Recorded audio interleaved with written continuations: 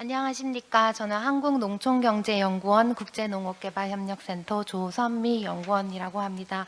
먼저 코로나 상황에서도 글로벌 코리아 박람회 컨퍼런스, 거기서 농림해양수산 세션을 개최하기 위해서 협력해 주신 각 유관기관분들께 감사의 말씀을 드립니다. 저는 오늘 행사를 맡게 되었습니다. 네. 먼저 행사 순서에 앞서 잠깐 설명을 드리자면 행사 직후에 사진 촬영이 진행됨을 알려드리겠습니다. 네, 그러면 본격적으로 컨퍼런스 세션을 시작하도록 하겠습니다. 먼저 오늘의 컨퍼런스 세션의 개회사의 한국농촌경제연구원 김홍상 원장님께서 참여해 주셨습니다. 네, 저희 원장님을 연단으로 모시겠습니다. 발표로 맞이해 주십시오.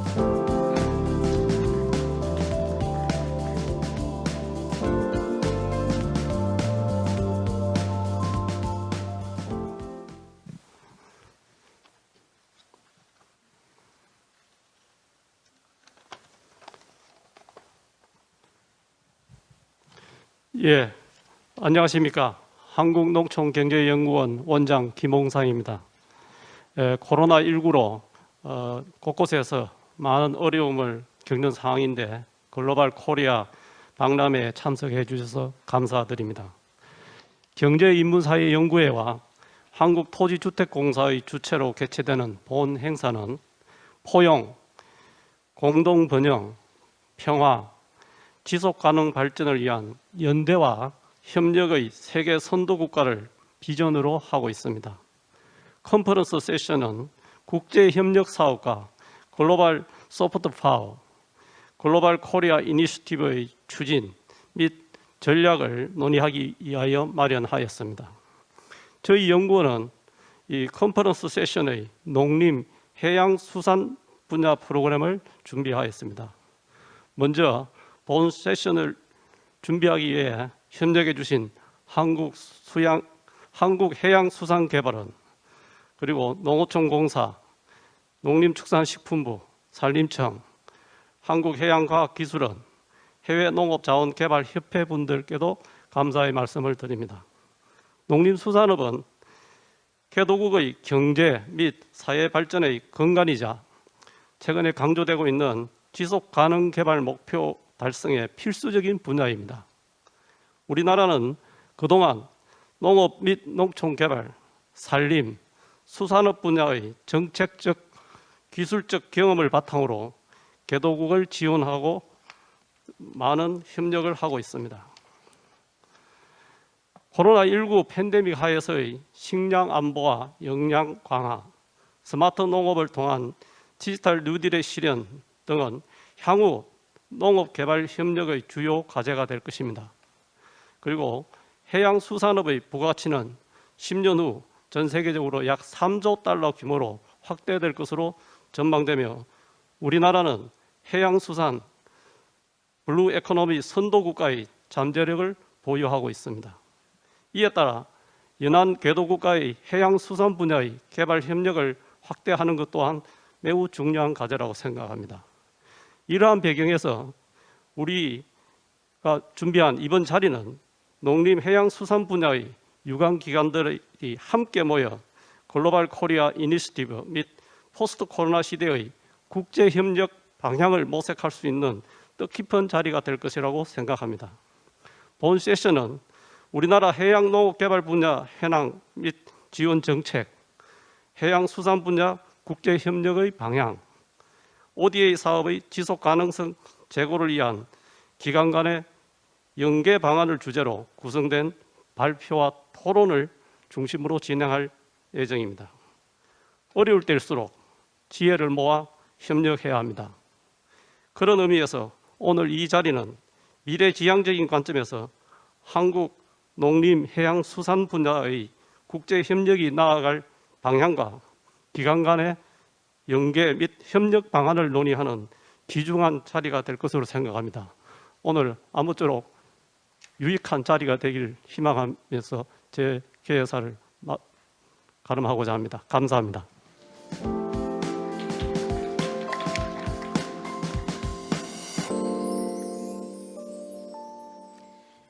개회사를 해주신 김우홍상 한국농촌경제연구원장님께 감사의 말씀을 드립니다. 네, 저희 세션은 3개의 발표로 구성되어 있습니다. 해외농업개발, 해양수산협력, 그리고 농업분야 개발 협력을 주제로 각 유관분들께서 발표를 해주시겠습니다.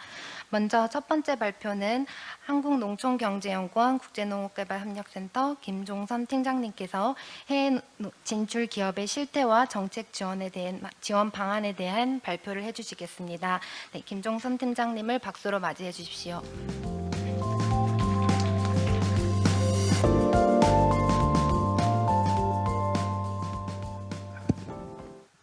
예, 안녕하십니까. 저 한국농촌경제연구원의 김종선입니다.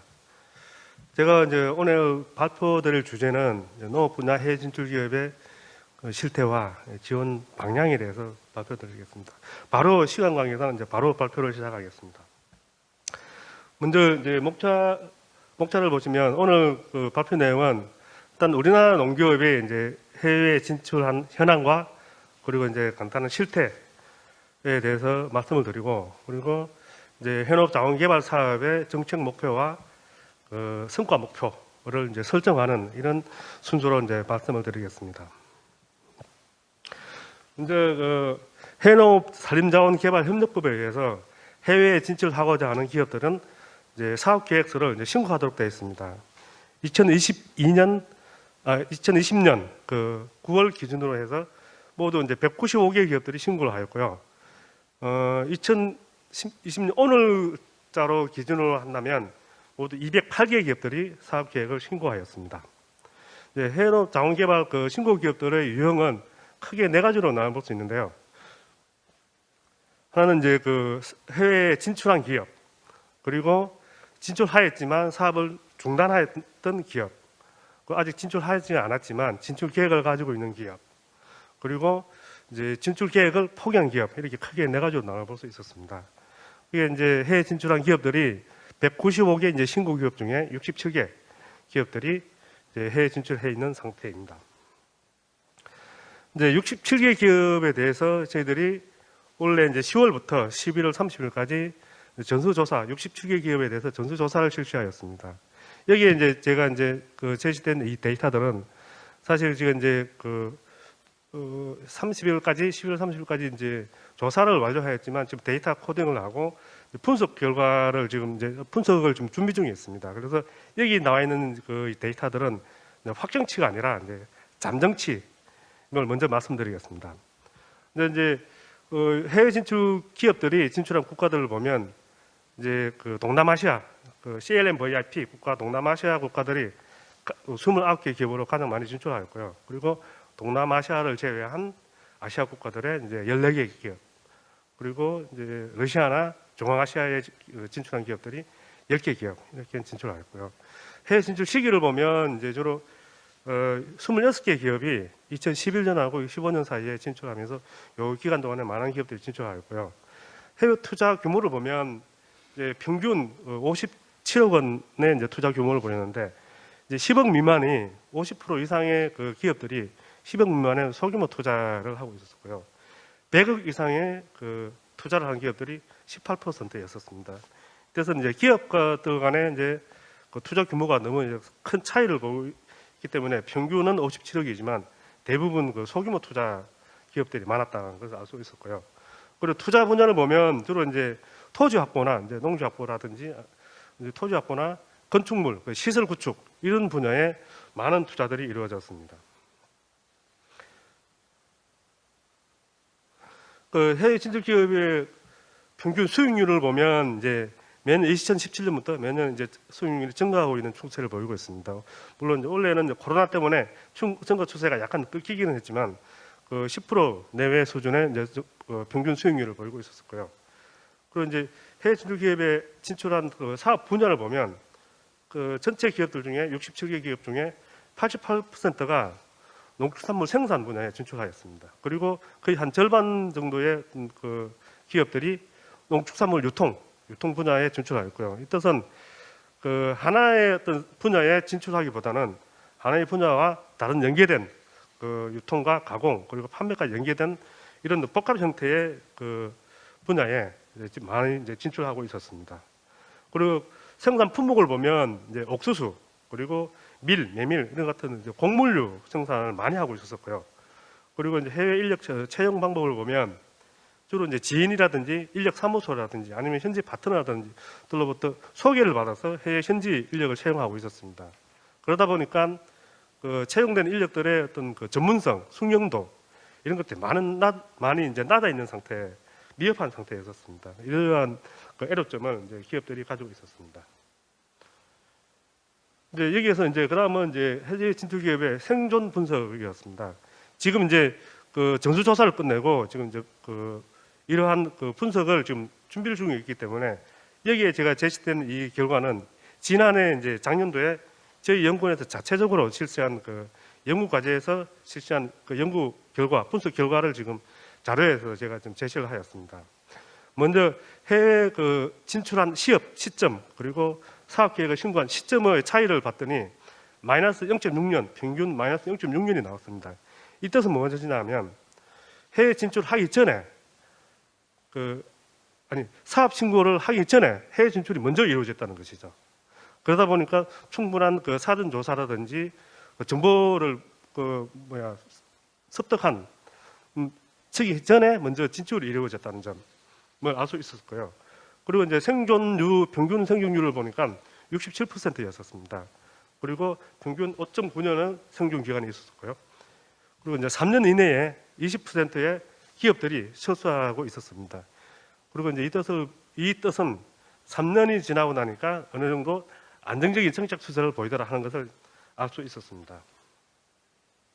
진출 유형별로 보면 이제 생산 쪽에 생산형의 그 진출 기업들이 그 상대적으로 다른 분야의 유통이라든지 가공이라든지 다른 분야에 비해서 그 생존율이 높았다. 생존 곡선이 완만하게 하향하는 추세를 보였다는 걸 알 수 있었고요. 그리고 진출 지역별로 보면 이제 주로 그 남방, 북방 지역 비교해봤을 때 북방 지역에 진출한 기업들이 남방 지역에 진출한 기업들보다 생존 곡선이 더 완만했다. 생존율이 더 높았다는 것이죠. 그걸 알 수 있었습니다. 그리고 이제 투자 형태별로 보니까 이제 단독 투자보다는 합작 투자로 진출한 기업들이 생존율이 더 높게 나타났고, 그리고 이제 당연한 말이겠지만 그 투자 금액이 높을수록 생존율이 높게 나타났습니다. 이제 콕스의 비례위험 그 폐기모형 분석을 해봤더니 앞에서 제가 이제 추세를 말씀드린 것하고 비슷한 형태가 나타나는데, 이제 정부의 지원 사업, 보조 사업이라든지 용자 사업이라는 게 있는데 지원 사업이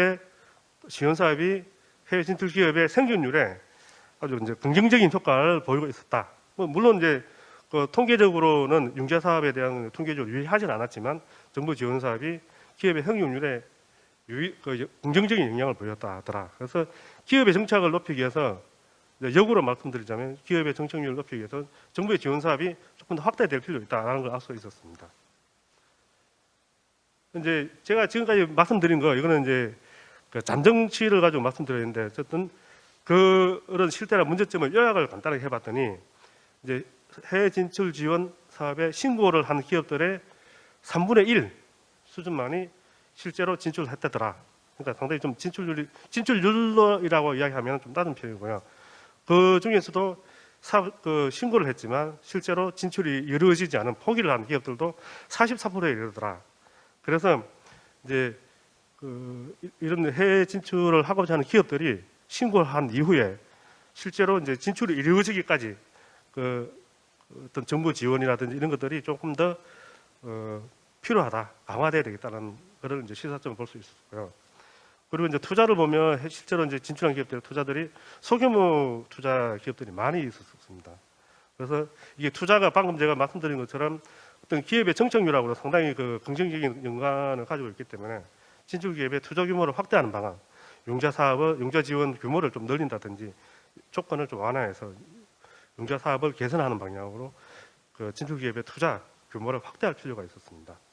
그리고 경영 실적을 보니까 이제 매출액이라든지 수익률이 전반적으로 이제 증가하는 추세를 보이고 있었다. 영업 활동이 잘 되고 있었다라는 걸 알 수 있었고요.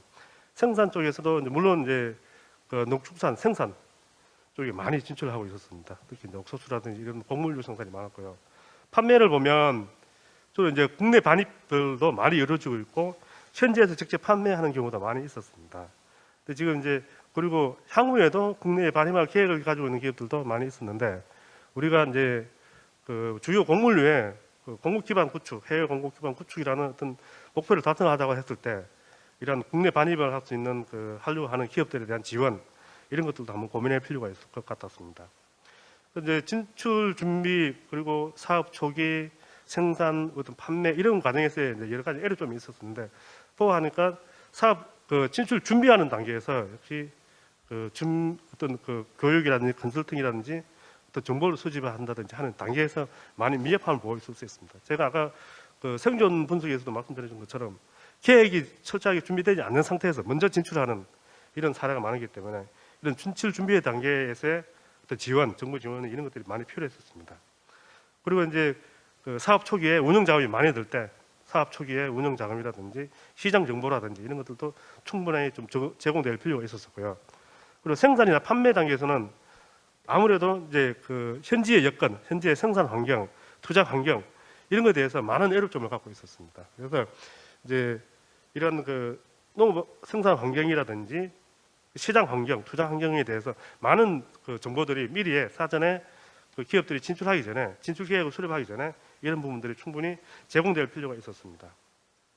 이제 정책 참여도나 만족도들도 이제 설문 조사를 해봤더니 전반적으로 낮은 형태가 있었습니다. 그래서 이런 그 정책에 대한 홍보 그리고 정책 지원 사업에 대한 확대 이런 걸 통해 가지고 정책의 참여도나 만족도를 좀 높일 필요가 있었습니다. 그리고 이제 전반적으로 이제 해외 진출 기업들이 요구한 사항들을 전반적으로 보니까 역시 다양한 국가에 다양한 정보를 제공해 달라는 것하고 그리고 이제 융자를 좀 더 늘려달라 규모가 좀 더 확대해 달라는 요구가 있었습니다. 그리고 이제 특히 이제 국내 반입과 관련해 가지고 어떤 이제 운송비라든지 이제 현지 내륙에서 그 한국까지 오는 그 항만까지 가는 어떤 그 운송비라든지 그리고 이제 국내에 들어올 때 관세라든지 이러한 국내 반입 비용 이런 것들 국내 반입 비용 문제하고 그리고 품질 관리 문제 이런 것들을 해결해 달라는 이런 요구들이 있었습니다.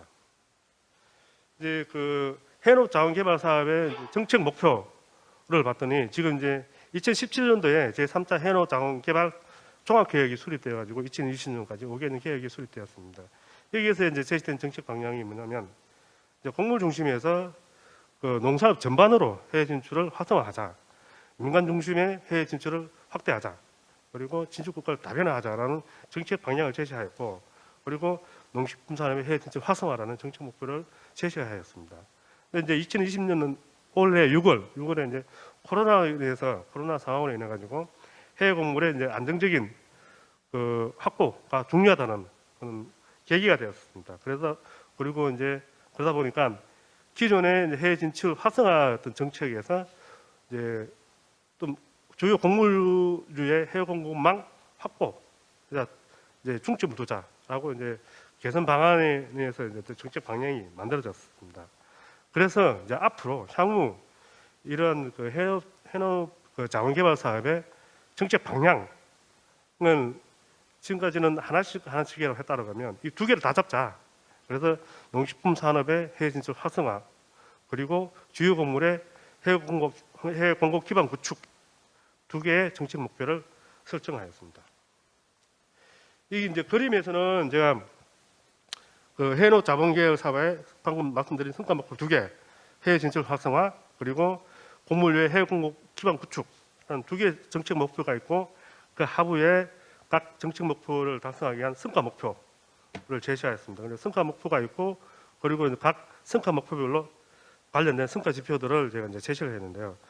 해외 진출 활성화 관련된 성과 목표는 해외 진출 역량 제고 그리고 해외 진출 기업 정착, 안정적 정착. 그리고 이제 해외 공급 기반 구축 관련해서는 해외 생산의 기반을 확대를 하는 것 그리고 국내 반입을 확대하는 것 이렇게 성과 목표를 제시하고 각각의 이제 성과 목표보다에다가 세 개 정도의 이제 성과 지표를 나타낼 수 있는 대표적인 성과 지표를 제시했습니다. 해외 진출 역량 제고 관련해서는 해외 진출 신고 기업 수를 늘리는 것 그리고 융자 사업에 신청하는 기업 수를 늘려보는 것 기업들한테 많은 홍보나 역량을 제고시켜 가지고 신고도 많이 하게 하고 융자 사업에 대한 신청도 많이 하게 하는 것 끌어들이는 것 그리고 이제 보조 사업 이제 컨설팅이라든지 교육이라든지 뭐 이런 것들에 대한 보조 사업, 참여자 수를 확대하는 것, 사업 규모를 늘린다는 거죠. 확대하는 것 이런 걸 성과를 줄 필요도 없고요.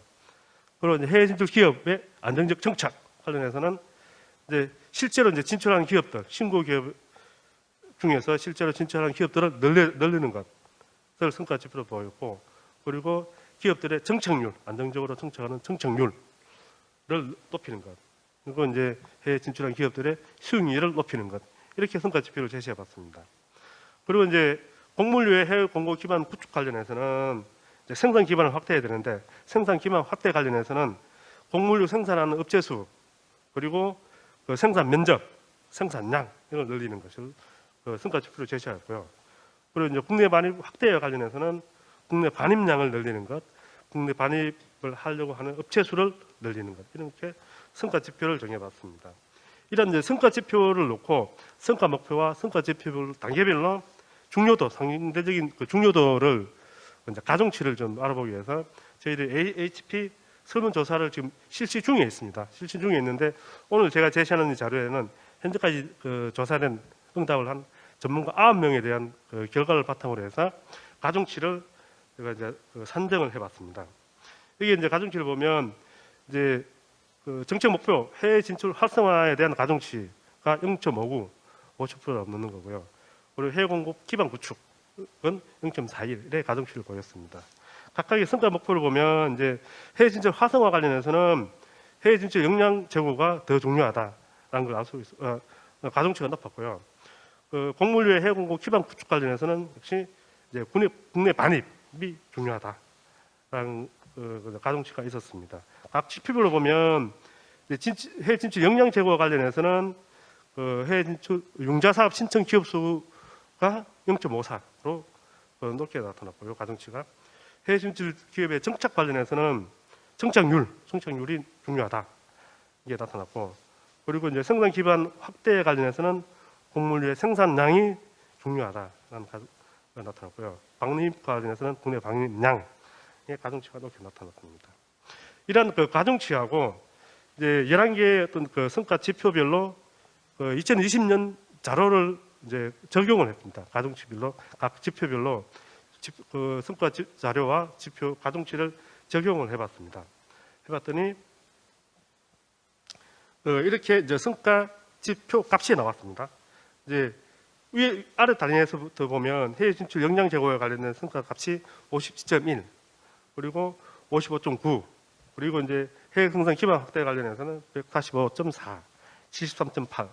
이게 이제 그 가중치, 이게 이제 성과 지표 값인데 값끼리의 비교는 의미가 없는 겁니다. 단지 57.1이라는 이 기준을 2020년대 이 가중치 그 지표 값을 100으로 놓고 요거를 이제 베이스 라인으로 하는 겁니다. 100으로 놓고, 그래서 각 그 성과 목표를 대표할 수 있는 성과 지수를 도출하였습니다.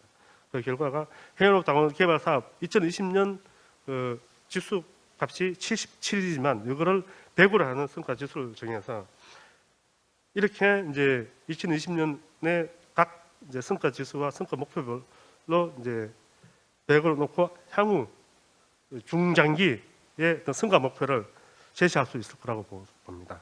그래서 이제 이러한 중장기 어떤 목표를 정해놓고 하부에 있는 각 세부 지표라든지 성과 지표라든지 이런 것들을 그 제고할 수 있는, 높일 수 있는 이런 이제 정책 방안들, 이런 것들이 이제 따로 이제 별도로 마련될 필요가 있다고 봅니다.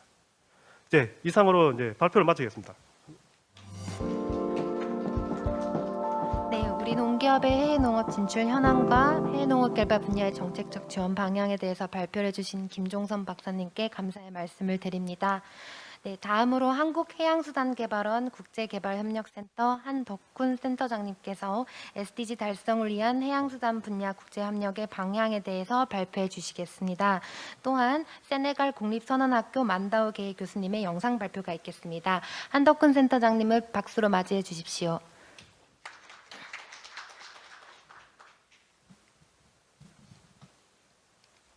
예, 안녕하십니까. 발표를 맡게 된 한국해양수산개발원 한덕훈입니다.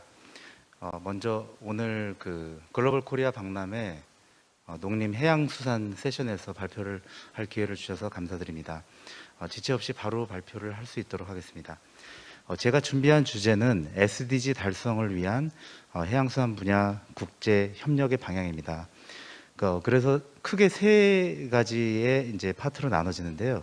SDG와 지속가능 개발 목표와 해양수산, 그리고 KAMI가 현재 추진하는 해양수산부 ODA 사업을 포함해서 코이카 사업이라든지 이런 해양수산 국제개발협력의 사례를 말씀드리고, 또 향후 해양수산 국제개발협력의 추진 방향을 말씀드리고, 잠깐 비디오를 볼 수 있도록 하겠습니다. 먼저 서두에 앞서 바다의 중요성에 대해서 말씀드리고 싶은데요. 해양은 지표면의 71%를 차지하고 또 지구 물순환의 90% 이상을 담당합니다. 그리고 국제 교역의 대동맥으로서의 역할을 하고, 또 특히 우리나라 수출입 화물의 99%를 담당하는 아주 중요한 역할을 하고 있습니다. 또한 해저 광물 자원이라든지 해양 생물 자원, 여러 자원의 보고의 역할을 하고 있습니다. 그에 반해서 여전히 이제 해양은 계속 잠재력을 갖고 있다고 저희는 또 강조를 하고 있는데요.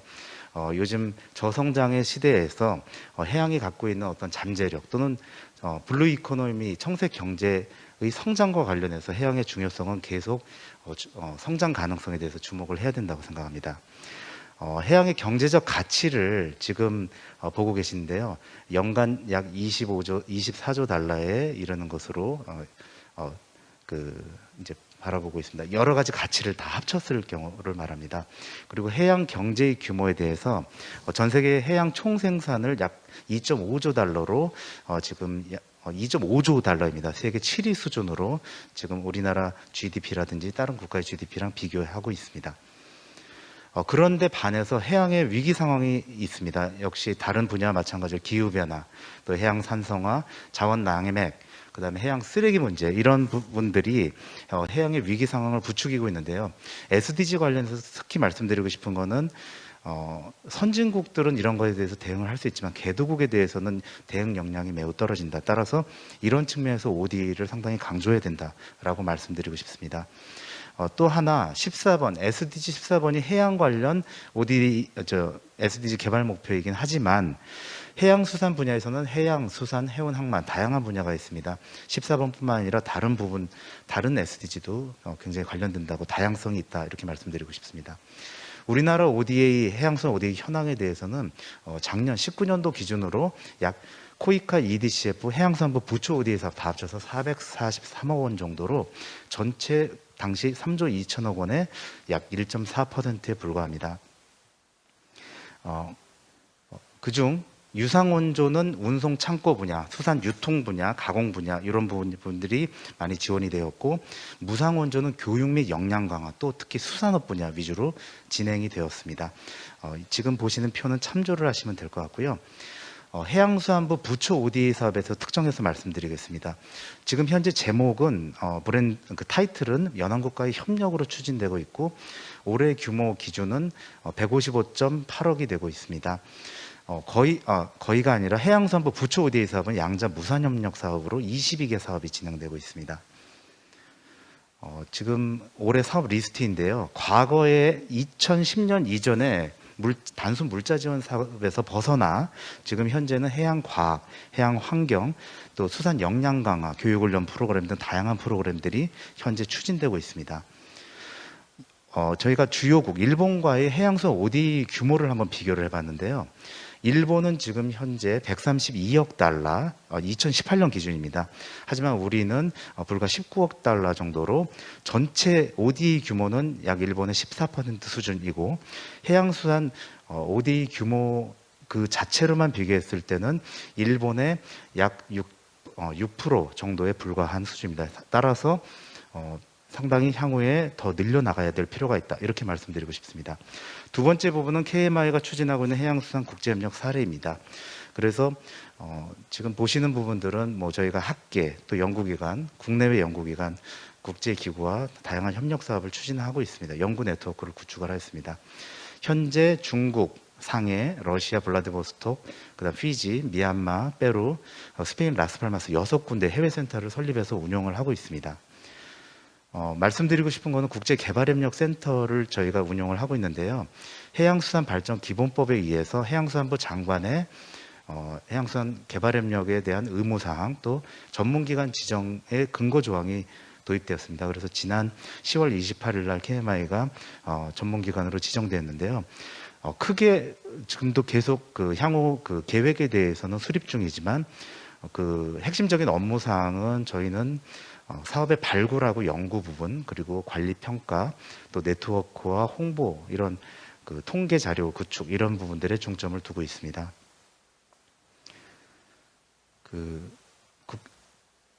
국제개발협력센터 중장기 업무 추진 전략으로는 역시 우리 정부 정책에 부합하는 그 ODA 사업을 추진해야 되겠다. 따라서 일자리 창출이라든지 신남방 신북방 정책 부합을 하는 측면, 또 다자기구를 이용한 다자 원조의 확대, 그리고 아프리카, 중남미, 남태평양, 아세안 등 권역별 협력 강화를 계속 추진할 계획입니다. 주요 사업에 대해서 하나씩 말씀드리겠습니다. 간단하게만 말씀드리겠습니다. 여수 아카데미 부분은 지난 여수 엑스포가 끝난 다음에 국제법 해양법에 대해서 개도국 그 청년들을 초청을 해서 하는 프로그램으로서 상당히 잘 운영이 되고 있습니다. 올해는 특히 ODA 사업으로 추진되었습니다. 지금 이 시간 이후에 우수 사례치 자세한 내용은 발표될 예정입니다. 그리고 두 번째는 베트남 선원 교육훈련 및 역량 강화 사업입니다. 이 부분은 한 베트남 정상 간의 합의 또 베트남 교통부와 해양수산부 간의 MOU에 기반으로 해서 올해 해양수산 ODA 사업, 부처 ODA 사업으로 추진되었고 KMI가 시행기관으로 추진되었습니다. 그래서 코로나19로 상당히 어려움은 있었지만 지난 9월에 베트남 교통부 산하 베트남 해양대학에 무사히 이 배를 인도하고 훈련선으로 사용될 예정입니다. 그래서 배 주고 끝나는 것이 아니고 저희가 교육훈련 사업도 계속 추진할 예정입니다. 글로벌 해양수산 연구거점 사업은 저희 KMI 고유 일반 사업입니다. 그래서 여러 가지 네트워크라든지 해외 거점을 중심으로 공동 연구를 추진하고 있습니다. 하나 말씀드릴 수 있는 부분은 이것을 베이스로 해서 저희가 2010년부터는 한 아프리카 수산 포럼, 2011년에는 한 남태평양 수산 포럼, 그리고 2015년에는 한 페루 수산 포럼을, 한 중남미 수산 포럼을 구축해서 주로 현지에 가서 아프리카 현지 가서 그 네트워크를 구성해서 상당히 잘 지금 운영되고 있는 상황입니다. 이것을 베이스로 해서 조금 이따 말씀드릴 세네갈 선원 교육훈련 사업이라든지 여러 사업들을 발굴하고 유관기관이 실제로 사업을 또 발굴하는데 저희의 이 포럼을 플랫폼으로 사용하시도록 그렇게 지원했습니다. FAO나 월드뱅크의 초청 연수, 베트남, 미얀마, 올해는 인도네시아를 그 화상 연수로 진행을 했고요. 향후에는 방글라데시라든지 다른 나라하고도 계속 유지를 할 생각입니다. 참조하시면 될 것 같고요. 북태평양 북극 연구기관 협의회는 지난 2013년 우리나라가 북극 이사회의 옵서버 국가로 한중일이 같이 이제 가입이 됐는데요. 옵서버 국가로서의 역할 확대 참여를 위해서 지난 2013년 이후로 계속적으로 이런 협의회 사업을 하고 있고 지금 특히 이번 주가 북극 주간으로 부산에서 굉장히 여러 기관들을 초청을 해서 운영이 되고 있는데요. 이 협의회도 열리고 있습니다. 참조하시기 바라겠습니다. 북극 아카데미는 그 일환으로 또 북극에 대한 주요 대학들과의 연결을 통해서 교육훈련 사업을 실시하고 있습니다. 아태 해양정책 연구사업은 UNESCA, 펨시 등과 연결해서 해양적 협력을 추진하고 있습니다. 한러 국제공동연구도 블라디보스톡을 배경으로 네벨스코이 대학과의 연결관계를 통해서 여러 다양한 협력 사업을 추진하고 있고요. 중국 연구센터도 추진하고 있습니다. 세네갈 선원학교 교육훈련 사업은 그 세네갈 해양경제부 산하의 국립선원학교에 우리나라 배입니다. 새우잡이 100톤짜리 배인데 배를 기증을 하고 교육훈련 사업을 4년간 17년부터 올해까지 마지막 해입니다. 실시했습니다. 그래서 현지에서 반응이 굉장히 좋았고 청년 학생들 역량 강화하는 프로그램이었고 지금 사진에서 보시듯이 저희가 지난 4년간의 그런 히스토리를 정리해서 백서로 올해 발간할 계획입니다. 코이카 IUU 불법 초청연수 사업은 사실 올해부터 3년간 이루어질 계획이었지만 다른 초청연수 사업과 마찬가지로 코비드-19 영향으로 인해서 내년에 초청연수 화상연수를 통해서 진행할 계획입니다. 향후에 해양수산 국제개발협력 추진 방향에 대해서 말씀드리겠습니다. 먼저 그 여러 가지 그 포인트들 중에서 가장 말씀드리고 싶은 거는 국제개발협력위원회에 지금 현재 해양수산부 장관님이 포함되시지 않고 있는데 해양수산 분야에서는 이게 좀 시급히 해결돼야 되겠다. 그리고 중점 협력 분야와 중점 협력국을 선정함에 있어서 지금 현재 세네갈만이 지역개발 및 수산업으로 유일하게 수산이 표시된 분야입니다. 나라이고요. 이것이 좀 확대될 필요가 있겠다. 한시적으로라도 확대될 필요가 있겠다라고 제언을 드리는 바이고요. 또 특히 원양산업 발전과 연계된 해양수산 ODA를 추진해야 되겠다. 특히 이버국과의 이버 협정이라든지 이런 쿼터 문제를 논의할 때 ODA 패키지를 반드시 그 수원국 쪽에서 요즘 그 요청을 하고 있는데요. 이런 부분들을 같이 통합적으로 다뤄야 될 필요가 있다. 또 외교부에서 또 다른 한편으로는 외교부에서 추진하는 고위급 국제회의 또는 다자기구 협의에서 어떤 컨텐츠를 서포트할 필요가 있다. 이것과 연결되는 어떤 세미나들을 지원을 함으로써 다양한 사업 발굴할 필요가 있고 주요 국제기구 또 선진국가의 다자 ODA를 추진할 필요가 있다라고 말씀드리겠습니다. 또 융합적인 ODA, 해양수산 ODA를 추진해야 되겠다라고 말씀드릴 수 있겠고요. 그것은 해양수산 분야 내뿐만 아니라 타 분야하고 연결되는 그런 융합 ODA가 필요하다, 시급히 필요하다. 특히 지금 현재 산림청의 맹글로브 숲 조성 사업과 연결돼서 지금 베트남 쪽에 수가원도 같이 연결된 그런 사업이 있는데요. 굉장히 좋은 사업이라고 보고 있고요. 그런 사업들 또 개도국에서도 역시 반농 반어 이런 부분들이 많이 있기 때문에 농업 분야하고도 저희가 분명히 연결해서 같이 융합적 사업을 추진해야 될 필요가 있다. 이 다이아그램은 해양수산 분야에서 융합적 접근법, 그래서 수원국에서 양식이라든지 많이 요구하고 있습니다. 잘 아시겠지만. 그리고 어떤 수산 교육적인 측면, 또 IUU 대응, 이것뿐만 아니라 기후변화로 인한 연안 그 침식 문제, 연안 관리 문제들 같이 이런 통합적인 시스템을 이미 선진국에서는 또 하고 있습니다. 국제기구와 연결돼서. 그래서 우리나라도 어떤 이런 프로그램들을 빨리 도입을 해야 되겠다. 이것이 방향이다라고 말씀드릴 수 있겠습니다. 그래서 지금 방금 말씀드린 그런 3대 개선 방안을 좀 정리를 했고요. 이를 위해서 해수부에서는 또 정부에서는 코이카나 EDCF하고도의 정기적인 협의체가 필요하다. 이렇게 말씀드리겠습니다. 향후에 이제 세부적인 계획에 대해서는 신남방, 신북방과 관련해서 지금 저희가 키르기스스탄에 그 러시아뿐만 아니라 키르기스스탄에 국립수산양식연구센터 지금 건립 사업에 대해서 이미 상당 부분 진척을 하고 있습니다. 그래서 지난 이낙연 총리님 정상급 방문하셨을 때 MOU가 저희가 있었고요. 그쪽 농업부랑. 그래서 이런 걸 베이스로 해서 좀 더 사업을 확실하게 추진할 필요가 있다. 타당성 조사는 현재 진행되고 있습니다. 또 미얀마하고도의 어떤 그 현지 영구적인 차원에서 사업 발굴을 진행하고 있습니다.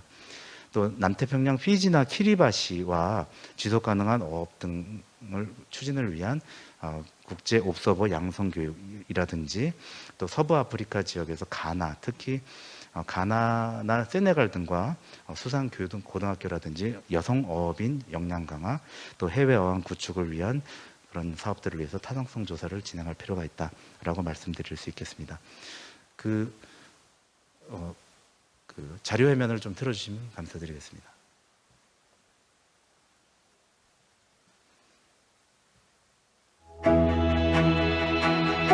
네, 베트남을 국빈 방문 중인 문재인 대통령은 지금 이 시간 쩐다이광 국가주석과 정상회담을 이틀째인 하고 오늘 있습니다. 쩐다이광 국가주석과 정상회담. 한 아세안 특별정상회의가 오늘 부산에서 개막했습니다. 이번 특별정상회의는 기술과 문화, 인적 교류의 확장을 통해 아세안 국가와의 협력을 강화하는 신남방 정책의 핵심 파트너 베트남.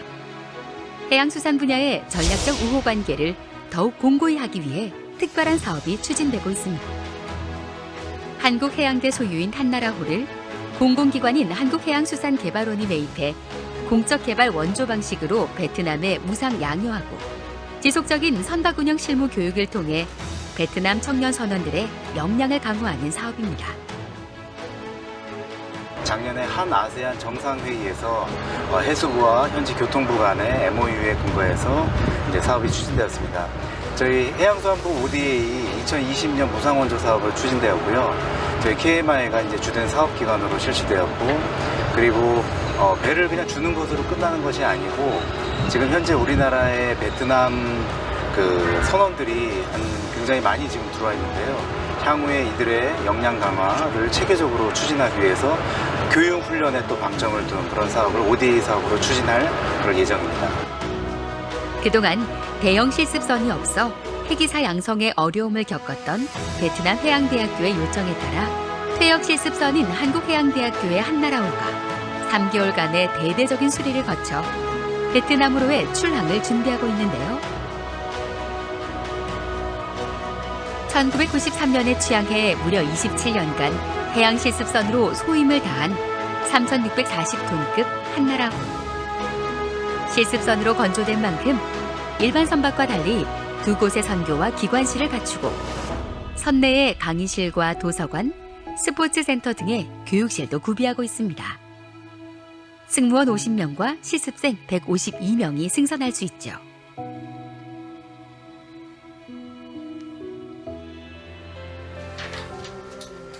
지난 4월 KMI 한국해양수산개발원 주최로 베트남 선원교육 및 역량 강화 사업 추진을 위한 회의가 열렸습니다.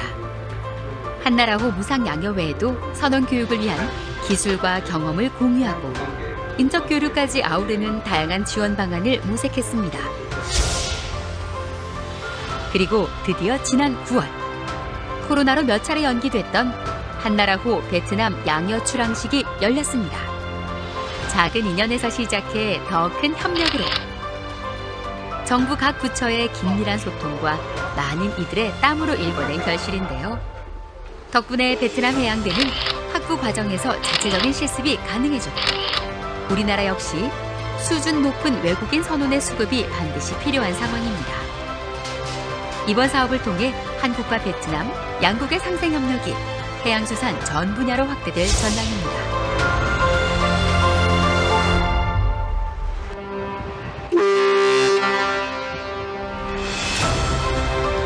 부산항을 떠나 베트남 북부 최대 무역항인 하이퐁항으로 한국과 베트남 양국의 미래를 끌어안고 더 많은 학생들이 바다를 꿈꿀 수 있도록 새로운 기회를 찾고 더 나은 내일을 설계할 수 있도록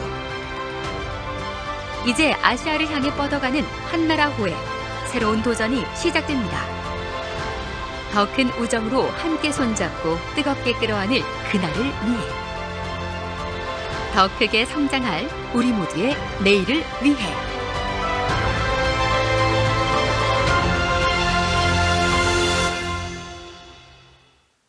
I greet all the members of the Republic of Korea. 안녕하십니까?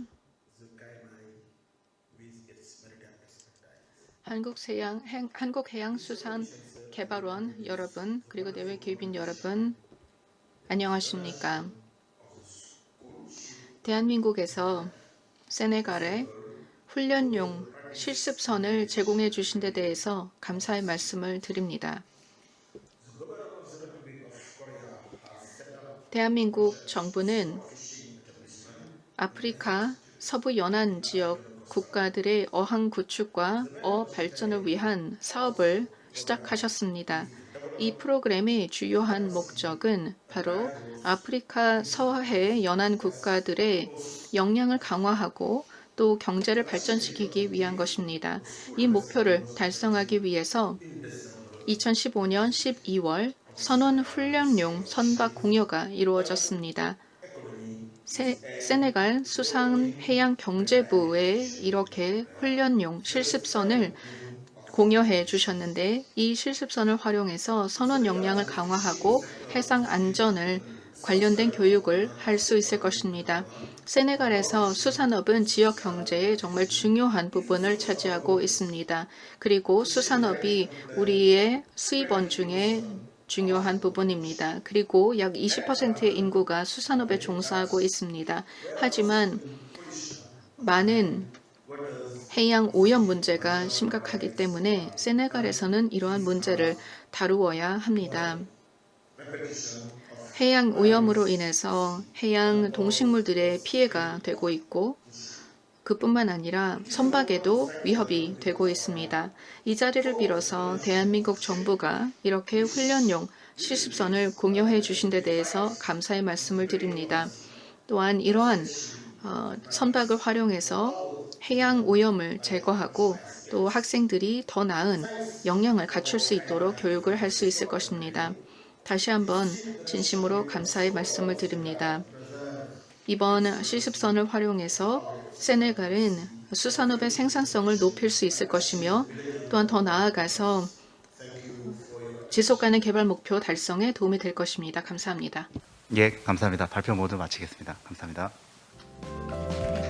네, SDG 달성을 위한 해양수산 분야의 국제협력 방향과 한국해양수산개발의 국제개발협력 업무에 대해 소개해 주신 한덕훈 센터장님께 감사의 말씀드립니다. 마지막으로 한국농어촌공사 해외사업처 김진욱 차장님께서 5대 사업의 지속가능성 제고를 위한 농림기관 간 연계협력 방향에 대해 발표해 주시겠습니다. 김진욱 차장님을 발표로 맞이해 주십시오. 네, 반갑습니다.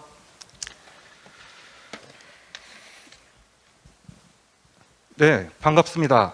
오늘 우리 농림수산 세션의 마지막 발표인 저는 한국농어촌공사 해외사업처에서 근무하고 있는 김진욱 차장입니다. 제가 오늘 말씀드릴 주제는 그 ODA의 지속가능성 제고를 위해서 농림기관 간 연계협력 방향과 그 협력 방향을 토대로 저희가 이제 모델을 좀 만들어 봤습니다. 그걸 제시해 보도록 하겠습니다. 발표 순서는 먼저 저희 공사가 무슨 일을 하고 있는지 간단히 소개를 드리고요. 오늘 말씀드릴 국제농업협력사업의 개요, 다음으로 유관기관 간 협의체를 구성을 하고 협력사업 모델안을 제시하는 순서로 말씀을 드리겠습니다. 먼저 저희 공사를 좀 소개하겠습니다. 저희 공사는 1908년에 전북의 옥구 수리조합을 효시로 그 2000년도에 농지개량조합과 농지개량조합 연합회, 그다음에 농어촌진흥공사 3개 기관이 통합을 하였습니다. 그리고 나서 2005년에는 이제 한국농촌공사라고 명명을 했고요. 그 뒤로 이제 어촌 사업을 이제 또 활발히 진행하면서 2008년도에는 현재 이제 이름인 한국농어촌공사라는 이름을 가지게 되었습니다. 저희 공사의 주요 임무입니다. 그 한국농어촌공사 및 농지관리기금법 제1조에 저희 공사의 설립 목적이 있는데요. 저희 공사는 잘 아시다시피 농어촌 정비 사업과 농지은행 사업을 시행하고 이런 기반 시설을 종합 관리하고 농업인의 영농 규모 적정화를 촉진해서 결국은 농업 생산성 증대와 농어촌의 경제사회 발전에 이바지하는 것입니다. 그래서 대단위 간척 사업이라든지 경지정리, 농업주산단지 사업을 통해 농업 생산 기반 현대화를 구축하고 있고요. 다음에 용수개발, 수리시설 유지관리, 그다음에 수질 개선 사업 등 수자원 개발 및 관리 사업을 하고 있습니다. 또한 농지 임대 수탁 사업이나 농지 연금 사업 등을 통해 농가 소득 증대와 경쟁력 강화에 힘쓰고 있습니다. 그리고 농어촌 지역 개발, 어촌 수산 기반 조성 사업, 농산업 도농 교류를 통해 농어촌 지역 가치 증진에 기여하고 있습니다. 다음으로 주요 해외 사업입니다. 저희 해외 사업은 앞서 말씀드린 국내 사업을 기반으로 해서 앞선 농업 인프라 기술과 농촌 발전 경험을 바탕으로 개도국의 농업 농촌 개발을 지원하고 있습니다. 크게 해외 사업은 세 꼭지로 좀 나눠볼 수 있는데요. 기술 용역과 해외 진출 지원, 국제 농업 협력 사업이 있습니다. 기술 용역 사업 같은 경우에는 저희 공사가 코이카나 EDCF, MDB 같은 다자 개발 은행의 사업의 수주에 참여해서 직접 기술 수출을 하는 사업을 시행하고 있습니다. 그리고 두 번째와 세 번째인 해외 진출과 국제 농업 협력 사업은 농식품부 사업에 저희가 시행 기관으로서 민간 기업의 해외 농업 진출이나 다음에 개도국의 농업 농촌 개발을 무상 지원하고 있습니다. 그간에 저희 공사는 1967년에 최초로 그 베트남의 주월남 한국농업사절단을 파견을 해서 현재까지 아시아, 아프리카, 중남미 등 35개국에 159개 해외 기술 용역 사업을 수행하고 있고요. 그다음에 이제 2011년도에 저희 국제농업 협력 사업을 그 농식품부에서 저희가 지정기관으로 돼서 상호 협력과 증진을 목적으로 무상원조 사업을 하고 있고, 민간기업 해외 진출 지원 사업은 2009년부터 저희가 역시 시행하고 있습니다. 사업 현황은 본 맵에서 보시다시피 현재 2020년 현재 17개국에서 40개의 사업을 추진 중에 있습니다. 기술 용역 사업과 그 ODA 사업을 활발히 진행 중에 있습니다. 다음으로 이제 국제 농업 협력 사업의 개요입니다. 우리나라 ODA 규모가 20년 현재 약 3조 4,270억 원의 유무상 원조 사업을 추진 중에 있습니다. 이제 유상 원조도 있고 무상 원조, 그다음에 다자간 양자 사업도 있고 한데, 그 유상과 무상을 합쳐 농림수산 분야가 약 9.9% 정도 되더라고요. 근데 이제 제가 알기로는 한 국제기구의 자료에 따르면은 이 농림수산 분야의 지원이 타 분야에 비해서 한 2배에서 4배 정도 효과가 더 크다, 이런 보고 자료도 있더라고요. 그래서 앞으로 이런 가장 기본적인 식생활에 적용할 수 있는 이런 농림수산 분야의 ODA가 계속 늘어날 것으로 생각이 됩니다. 다음으로 농식품부 이 ODA 예산과 저희 공사의 예산입니다. 농식품부의 2020년 예산은 총 721억 원 정도 되고요. 34개의 사업을 추진 중에 있습니다. 이 사업 중에 이제 저희가 그 기획협력 사업이라고 해서 총 한 179억의 19개 사업을 추진 중에 있습니다. 그래서 농식품부에서 지금 크게 추진하고 있는 사업으로 기획협력 사업, 그다음에 공동협력 사업, 농업정책 컨설팅 사업이 있습니다. 이제 저희 공사는 첫 번째 있는 기획협력 사업을 하고 있고요.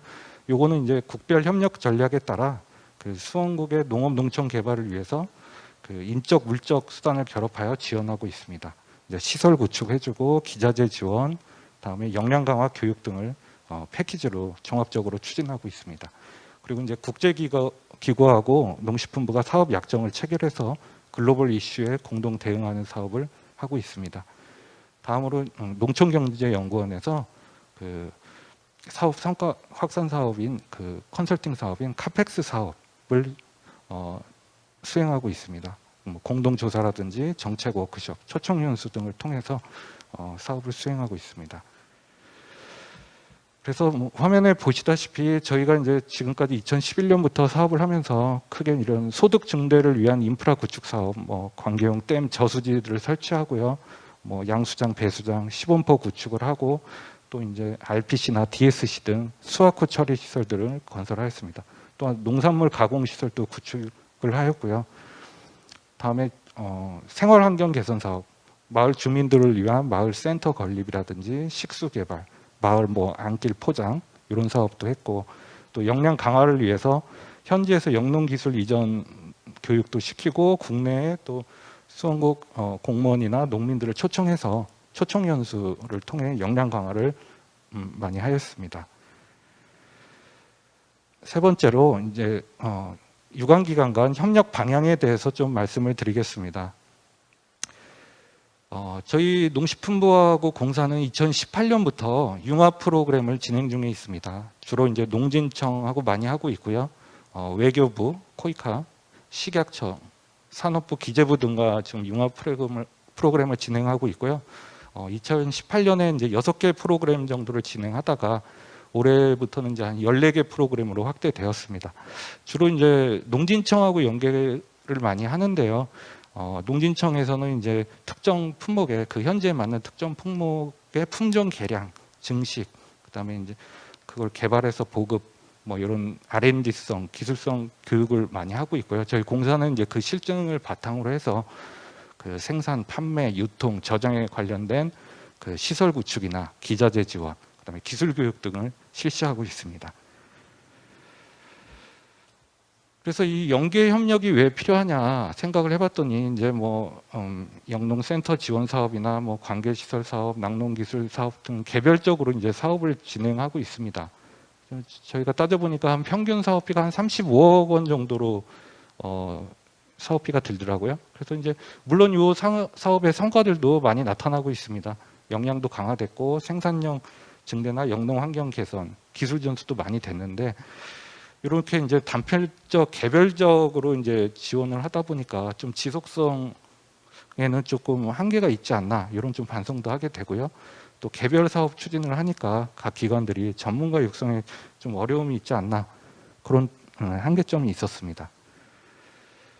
그래서 이제 이런 대표적인 원조 사업 내용을 바탕으로 해서 수원국의 궁극적인 요구 사항을 반영하고 사업의 방향성 이렇게 융합을 하면 운영 관리라든지 후속으로 또 연계할 수 있는 건 뭐가 있을까? 그 수원국의 법규 제도는 반영이 어떻게 되고 그래서 결국엔 한국의 발전 경험을 공유할 수 있는 종합적인 그 지원 방향과 모델이 필요함을 느낄 수 있었습니다. 그래서 일단은 기관 간 연계 협력을 하면 그 효과는 상당히 클 것으로 생각이 됩니다. 먼저 그 연계 협력을 통해서 효율적 예산 활용이 가능할 것 같고요. 그다음에 단편적 개별적 사업을 융합을 해서 원조 효과나 사업 지속 가능성이 확대될 수 있을 것 같습니다. 또 이제 농업 분야 연계 기관 지정을 해서 체계를 구축을 해서 항시 빠른 그 사업 정보 공유라든지 의사결정이나 사업 발굴들도 쉽게 할 수 있을 것 같고요. 뒤에 말씀드리겠지만 이를 통해서 저희가 협력 모델, 종합개발 모델을 같이 공동으로 기획하고 시행할 수 있는 모델을 제시하려고 하겠습니다. 일단은 그래서 이제 각 기관 간이 좀 모여서 저희가 이제 같이 기획을 하고 하려면 서로 커뮤니케이션이 많이 돼야 되는데 그래서 협의체 구성이 좀 필요할 것 같습니다. 그래서 협의체 구성은 이제 기관별로 이제 서로 사업 정보가 부족하고 이해도 부족하고 뭐 정보 교환 체계가 좀 부재하고 각각 개별 기관들이 사업을 하고 있으니까요. 그래서 이제 이런 협의체 구성을 통해서 사업 발굴도 하고 그 기관 간 또 사업이 중복된다든지 분절되는 문제를 좀 해결해 보고자 합니다. 그래서 실제로 저희가 올해 5월 달에 농림기관, 농식품부를 축으로 해서 농림기관 협의회를 구성해서 워크숍을 진행했고요. 또 8월 달에는 협의회 실무자 화상회의를 했습니다. 그래서 향후에는 저희가 그 농림기관뿐만 아니라 다른 기관이나 타기관이나 이제 국제기구, NGO 등과도 참여를 확대해서 저희 농식품부와 공사, 또 농촌경제연구원 등이 주축이 돼서 농림 ODA 플랫폼이라고 하는 농림 ODA 협의체 구성을 통해 사업을 공동 기획하고 발굴하고 한번 시행해 보려고 생각하고 있습니다. 끝으로 이제 협력 사업 모델 아닙니다. 그래서 앞서 말씀드린 대로 이런 협의체 구성을 통해 결국은 종합적인 거점 개발 형태의 지원 모델이 필요하지 않을까 그렇게 생각을 하고 있습니다. 그래서 특정 거점의 농립 사업 분야를 장기간 규모화된 예산을 투입해서 전략적으로 지원하는 사업. 그래서 종합 거점 개발 모델이 좀 필요하지 않을까 생각이 들고요. 그를 위해서는 이제 예산도 좀 규모화돼야 될 것 같고 사업 기간도 현재 한 3년에서 5년 평균적으로 두는데 한 5년 이상 좀 장기성 있는 사업을 좀 추진을 하고 지원 분야도 특성화, 그다음에 범위는 거점화하고 전략적으로 좀 추진해 봐야 되지 않을까 생각이 듭니다. 그래서 이런 사업을 하게 되면은 성과 창출 유형을 좀 살펴봤더니 정책 개발을 함으로써 그 나라의 제도가 구축이 되고 행정 체계가 수립이 되고 장기적으로는 공공행정 서비스가 강화될 것 같고요. 시설 구축 면에서는 저희 구조물을 만들므로써 영농 활동이 또 증가하게 되고 그에 따라서 생산량 증가에 따른 기하 종식을 생각해 볼 수 있고 또 역량 강화를 통해 그 현지 전문가 수원국의 전문가 양성을 통해 교육 수준을 높여서 양질의 교육을 통해 향후 계속 순환할 수 있는 그런 제도가 될 것 같습니다. 또 가치 사슬을 통해서 빈곤 퇴치에도 기여할 수 있을 것 같습니다. 그래서 저희가 모델안을 좀 만들어 봤는데요. 개도국의 이제 쌀 농업 종합 개발 사업이라고 해서 이런 말씀드린 유관기관 협업으로 쌀 농업 전반 저수지부터 해서 그 물을 공급하기 위한 용수로 그다음에 경지 정비를 하고 또 수확 후 처리해서 판매 유통 그리고 마을의 생활환경 개선과 가공 유통 판매 등의 종합 추진하는 사업을 실시해 보고자 합니다. 그리고 또 중요한 게 요즘에 기후 변화로 집중호우라든지 뭐 태풍이라든지 이런 게 많이 오기 때문에 안전진단 사업도 이게 이제 정부에서 추진하고 있는 한국판 뉴딜입니다. 그래서 국내 사업 같은 경우에는 준공 후에 한 10년 정도 있으면 정밀 안전 진단을 하게 돼 있습니다. 근데 이제 개도국에는 그런 제도가 없고 그 큰 댐이 언제 또 방조제라든지 이게 무너져서 큰 피해를 입을 수 있기 때문에 실제로 저희가 내년에 한 80억 규모로 미얀마의 댐 안전진단 사업도 지금 추진 중에 있습니다. 그래서 이런 쌀 농업 종합개발 사업은 이런 생산성 증대와 품질 향상, 그에 따른 상품화, 이거에 또 선순환되면서 재투자할 수 있는 그런 모델을 좀 기획해 봤습니다. 그래서 주요 내용으로는 뭐 수원공 개발을 하고요, 농지 개발, 그다음에 영농 기계 지원을 해서 생산 기반을 구축하고, 그다음에 정책 컨설팅, 그다음에 마스터 플랜 같은 정책 개발 지원을 하고요. 그다음에 역량 강화를 위해서 협동조합의 설립, 그다음에 공무원 역량 강화 교육이라든지 품목별 특화 교육 등을 담고 있습니다.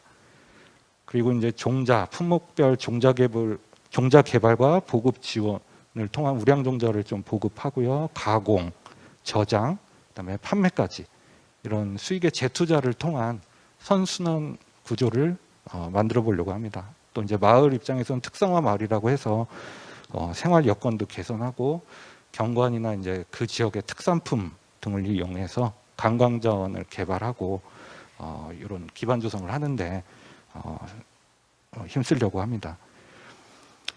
그래서 이런 유관기관 협의체를 통해 각 기관들이 어떤 역할을 해야 될까 제가 좀 고민해 봤는데, 이제 농식품부에서 이제 농업 농촌 원조 개발을 총괄하시고, 그다음에 이제 검역본부는 검역과 방제 전문입니다. 그래서 농축산물 검역이나 방제 시스템 구축에 참관을 하시고, 농산물 품질관리원에서는 품질관리 제도라든지 시스템 구축, 그다음에 국립종자원 같은 경우에는 농산물의 종자 개발과 보급, 역량 강화, 농협 같은 경우에는 이제 금융과 경영 전문이기 때문에 그 수원국 지역의 마이크로 펀드나 수매, 브랜드화 등에 좀 힘써 주시면 될 것 같고요. 저희 공사는 뭐 잘 아다시피 이제 생산 기반 전문을 하고, 이제 농정원 같은 경우에는 농식품 정보 관리 전문이 될 것 같고요.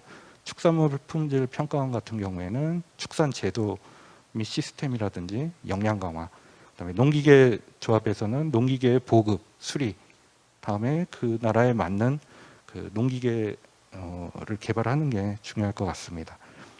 그리고 농진청은 이제 농업 R&D 전문기관으로서 이제 종자의 보급과 확산을 위한 연구, 그다음에 영농기술 전수하고 R&D 기반 조성을 하면 되고요.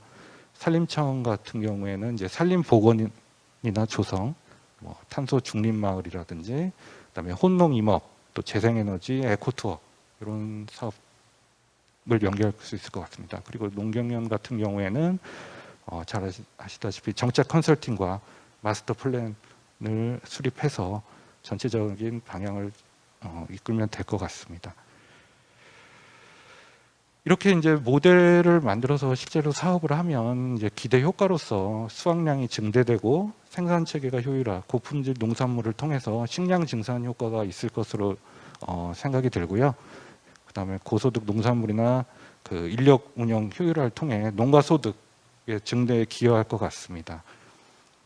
또한 이제 거점 마을이 구축돼서 중심 마을이 구축될 것 같고요. 이제 또 이 중심 마을을 축으로 해서 그 주변 마을에도 간접적으로 또 영향을 미칠 것 같고, 이런 개도국의 식량 생산을 위한 그 개발 모델을 구축 전파할 수 있는 효과가 있을 것으로 사료됩니다. 또한 마을 브랜드화, 식량 생산 거점이라는 마을 브랜드 구축이 가능할 것 같고, 소득원의 다양화 및 마을 가치 형성에도 도움이 될 것 같습니다. 네, 그래서 뭐 결론은 결국은 저희 우리나라가 41개 부처가 각각의 ODA 사업을 하다 보니까 일단은 저희 농식품부와 공사에서는 농림기관 간의 협업을 먼저 바탕으로 해서 그 협업을 통해 사업을 연계하고 또 같이 사업을 기획하고 공동으로 발굴해서 아까 말씀드린 종합개발 형태의 그런 농촌마을 종합개발 형태의 사업을 추진해 보려고 합니다. 예, 앞으로 많은 관심과 협조 부탁드리겠습니다. 이상으로 발표를 마치겠습니다. 감사합니다. 농어촌공사의 해외사업 업무와 농림기관 간 연계 협력 방향에 대해 발표해 주신 김진욱 차장님께 감사의 말씀드립니다. 자, 이제 3개의 발표를 모두 마쳤습니다. 이제 본격적으로 토론을 진행하도록 하겠습니다. 토론회는 김홍상 한국농촌경제연구 원장님께서 주재해 주시겠습니다. 원장님과 각 유관기관분들께서 참석해 주신 토론자들을 연단에 모시겠습니다.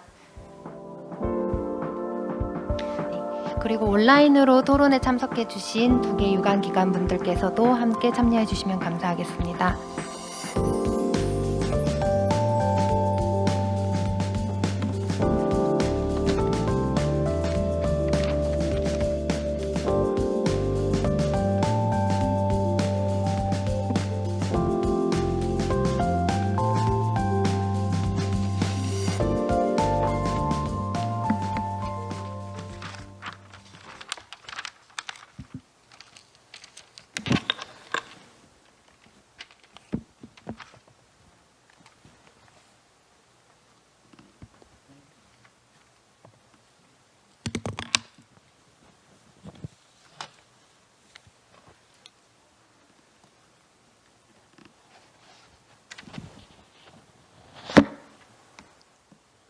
네, 토론 시작에 앞서 온라인으로 참석해 주신 분들의 접속 상태를 한번 점검하겠습니다. 예, 반갑습니다. 해외농업 장개발협회 사무장 이윤수입니다. 잘 들립니까? 네, 잘 들립니다.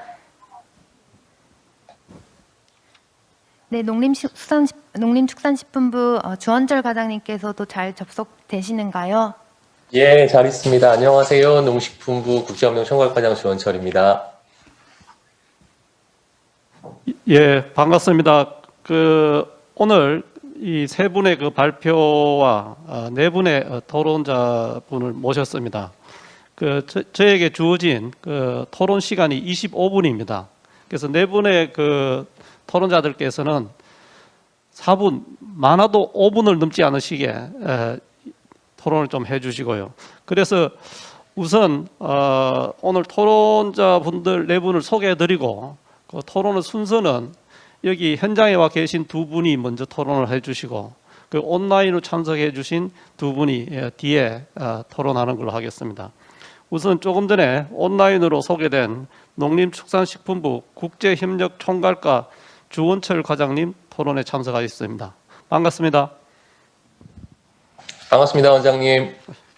예, 그리고 이 현장에 박준용 한국해양과학기술원 한페루 해양과학기술 공동연구센터장님 함께 하셨습니다. 네, 반갑습니다.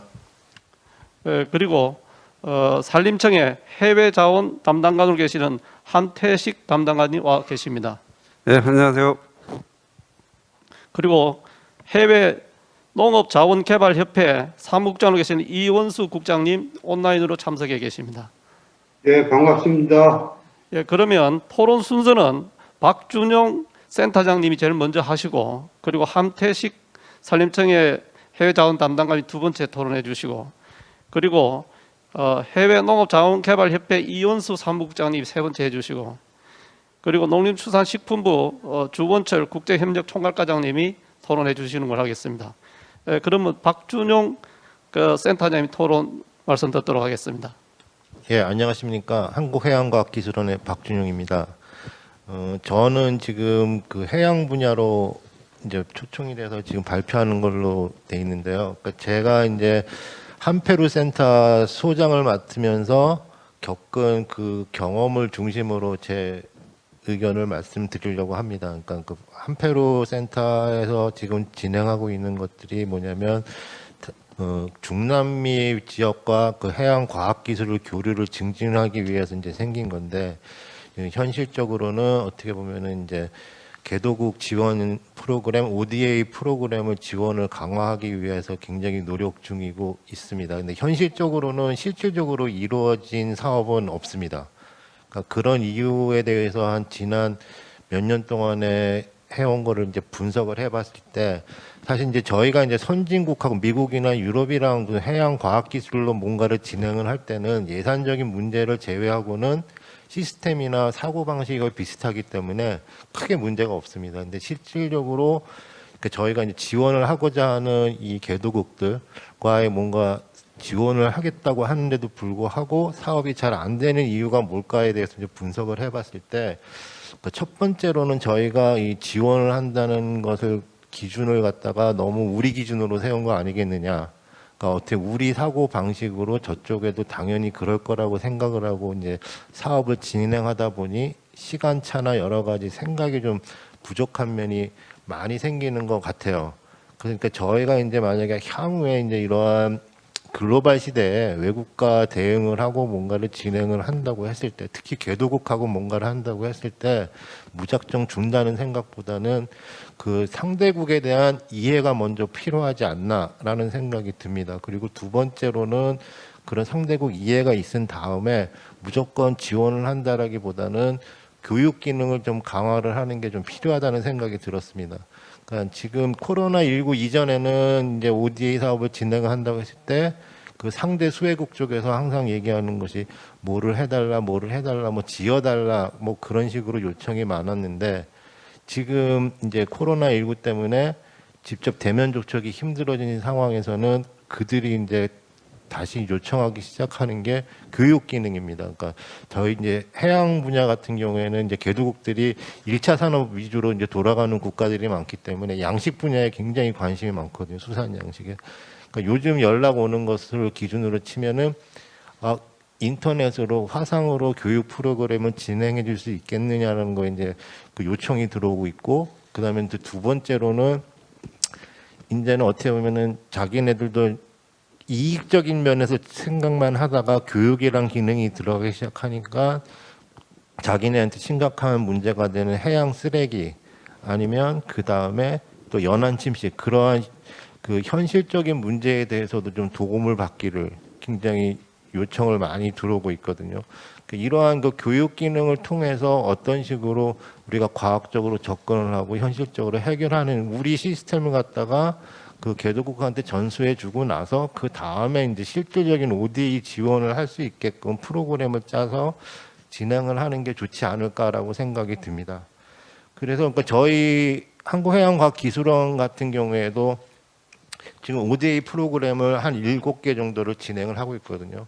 그러니까 초창기에는 어떻게 보면 주로 양식 지원이나 좀 그 생물 자원에 관련해 가지고 어업적으로 지원하는 쪽으로 많이 시작을 했는데 최근에는 이제 기후 변화라며 이런 여러 가지 문제가 발생하기 시작하면서 연안 침식이 심각해지니까 그 연안 침식에 관련해서 그 재해 방제 쪽 그리고 한 발자국 더 나가서 이제 기후 변화에 대응하기 위해서 그런 해양 예보 기술을 갖다가 저희가 베트남이나 아니면 콜롬비아 같은 곳에다가 저희가 저희 연구원이 갖고 있는 해양 예보 시스템을 이전하는 작업을 하고 있습니다. 사실 이제 이런 작업이 주기만 하는 것이 아니라 저희한테도 굉장히 중요한 게 우리나라 입장에서도 이제 기후 변화 영향을 많이 받기 때문에 그 기후 변화에 대해서 우리가 어떻게 대응하고 할 거냐 했을 때 그 해양 예보가 굉장히 중요하거든요. 그러니까 저희는 이러한 지원을 통해 가지고 이 제3국에서 얻을 수 있는 그 해양 과학 데이터가 저희가 예보를 하는데 굉장히 중요한 역할을 합니다. 그러니까 어떻게 보면 일단은 ODA를 통해서 우리가 지원을 하겠지만은 궁극적으로 그쪽에서 나오는 해양 데이터를 활용해서 저희 나라가 그 지금 당면한 문제인 그 기후 변화 대응할 수 있는 예보 기술을 더 발전해 나갈 수 있는 한 방향이 되지 않을까라고 생각을 합니다. 예, 이상입니다. 예, 고맙습니다. 제가 뭐 시간 관계상 그 구체적으로 요약은 하지 않습니다. 딱 두 가지로 하겠습니다. 우리가 협력을 하려면 상대방에 대한 이해가 먼저 돼야 되고 거기에 대한 사회 역사 문화에 대한 이해가 있고, 두 번째는 최근에는 하드웨어적인 보다도 소프트웨어적인 특히 교육 관련된 이런 부분에 대한 협력이 좀 강조되고 있다고 말씀하신 것 같습니다. 바로 이어서 함태식 산림청 그 해외 자원 담당관님 토론 부탁합니다. 예. 그리고 이 토론 네 분이 끝나면 혹시 발표자들께서 첨언할 게 있으면 한 1분 정도 기회 드릴 테니까 참고하시기 바랍니다. 예. 네, 저희 산림청 해외 자원 사업을 해외 협력 사업을 좀 설명을 드리면서 저희가 어떤 방향을 가지고 있고 또 어떤 문제가 있는지 뭐 이런 것들을 좀 말씀을 드려보겠습니다. 저희 해외 사업은 뭐 다른 데나 비슷하겠지만 ODA하고 레드 플러스라고 이제 탄소 저감 사업, 그다음에 해외 산림 자원 개발 사업 이렇게 이제 크게 좀 구분을 할 수가 있겠습니다. 물론 뭐 이제 국제 기구하고 협력하는 것도 있겠지만요. 근데 ODA 같은 경우에는 두 가지 관점에서 좀 생각을 합니다. 첫 번째가 실질적으로 그 나라에 어떤 도움이 되겠느냐. 우리가 ODA 사업을 하고 거기서 떠나도 계속 그게 어떤 유지가 되겠냐는 거죠. 그래서 그런 관점에서 보면은 이게 가치 사슬이 연결이 될 수 있게끔 이렇게 ODA를 하지 않으면 안 되겠다는 생각이 많이 들었습니다. 그래서 오늘 말씀 나온 것 중에서 보면은 부처 협력이라는 게 중요한 게 그 어떤 ODA 사업을 하고 난 다음에 거기서 생산물이 나오면 생산, 판매, 가공까지 이루어지려고 하면은 가치 사슬들이 있어야 되는데 부처별로 역할 분담을 할 수 있어야지 되지 않겠나 싶고요. 그다음에 그 ODA 사업이 우리나라에 어떤 이익을 줄 수 있냐는 것도 좀 고민을 해봐야 됩니다. 저희는 이제 생물 다양성 확보라든가 또는 이제 우리나라 기업 진출을 도와준다는 이런 차원에서 좀 검토를 하고 있고요. 레드 플러스 사업은 최근에 이제 좀 관심을 받고 있는 건데 저희가 5년 동안 이제 탄소 저감 사업을 해서 총 투입액이 120만 불인데 320만 불 정도를 이제 만들었어요. 그리고 그 이제 국가별로 현지 국가하고 나눠 갖는 건데 저희가 69%를 갖기로 했거든요. 그 정도로 효과가 있었습니다. 그래서 이게 기업에서도 좀 앞으로 많이 참여할 수 있는 계기가 되지 않겠나 싶고, 또 이 레드 플러스 사업이 사실 교육뿐만 아니라 환경 보존하는 모든 것들이 포함이 되어 있는 사업들이거든요. 그래서 관심 있는 그 부처에서도 같이 참여를 해주시면 좋을 것 같습니다. 그 다음에 이제 저희 해외 자원 개발 사업입니다. 이게 어떻게 보면은 이제 그 우리가 해외 사업을 하는 가장 중요한 이유 중에 하나가 저는 해외 자원 개발 사업이라고 하고, 또 우리 기업들이 나가서 해외에서 돈을 많이 벌 수 있어야 된다고 이렇게 많이 생각을 하고 있습니다. 근데 그렇게 하려면은 기업도 나가면서 사실 철저하게 준비를 해야 되는데 실제로 해보니까 계획이 너무 좀 엉성한 부분도 많이 있는 것 같아요. 그래서 그 계획을 철저하게 세울 수 있도록 저희가 좀 지원을 하려고 하고요. 그 다음에 아무리 계획을 철저히 세웠다고 하더라도 현실적인 어려움들도 많이 있는 것 같습니다. 특히 대표적인 게 자금 문제입니다. 저희 산림 분야는 투자 사업이 거의 대부분 10년, 20년 장기가 소요가 됩니다. 그러다가 보니까 초기 자금이 엄청 많이 들어가는 편이거든요. 근데 이것을 기업이 감당하기가 상당히 어렵습니다. 왜냐하면 그 기업이 돈을 빌리려고 하면 담보를 제공을 해야 되는데, 담보가 그 10년 이상 담보를 계속 유지하기가 어려운 상태거든요. 그래서 이런 부분을 저희가 좀 고민을 하고 있고, 지금 농림부에서도 그 해외농업 산림자원개발협력법을 개정을 하고 있는데, 이게 이제 자원 개발에 초점을 맞추기보다는 저는 해외 투자 사업 지원법으로 좀 바꿨으면 좋겠다, 이런 의견은 갖고 있습니다. 근데 여기에 대해서 논의가 있었지만은 아마 자원적으로 여전히 포커스를 맞추는 것 같습니다. 그래서 앞으로 해외 자원을 좀 해외 기업이, 우리나라 기업이 해외에서 성공적으로 일할 수 있는 기반을 같이 좀 마련을 했으면 좋겠습니다. 이상입니다.